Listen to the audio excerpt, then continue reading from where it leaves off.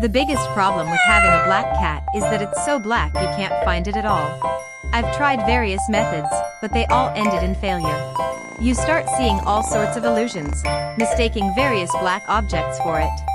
Sometimes we find it hard to understand why it always likes to hide itself. Having a black cat gives you the feeling of constantly playing hide and seek. So, I installed a sound-activated light for it. As soon as you call, you can easily find it. Now it has become a little moving night light.